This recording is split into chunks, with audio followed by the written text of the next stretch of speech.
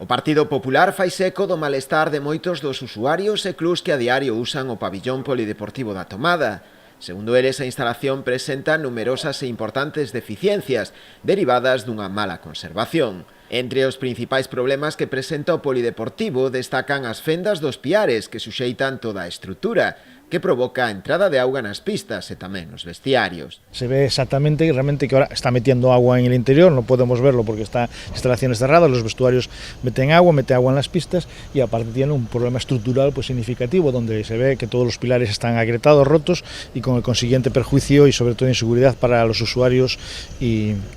vecinos de nuestro municipio que realmente lo utilizan. Creo que es la forma de poner de manifiesto que después de 7 años no haber hecho nada, aunque ahora quieran hacerlo todo de golpe, la repercusión que tiene la falta de gestión, implicación y sobre todo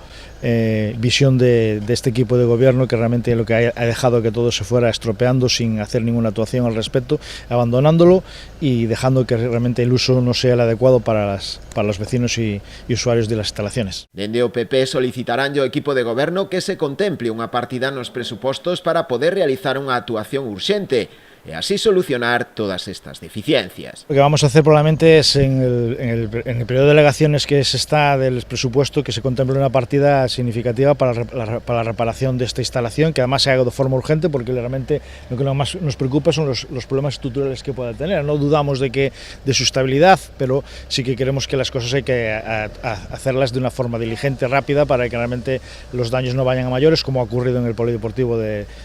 la calle Venecia. Segundo os populares, a situación é aínda máis desesperada, xa que o polideportivo da Tomada é o único en funcionamento actualmente na Pobra, xa que o de Venecia leva pechado dende hai preto de 3 anos, por mor dunhas obras de mellora das instalacións que parecen non dar rematado. Bueno, los clubs ya están desesperados porque, oye, los pocos ya que quedan en nuestro municipio tienen que irse a otras instalaciones de municipios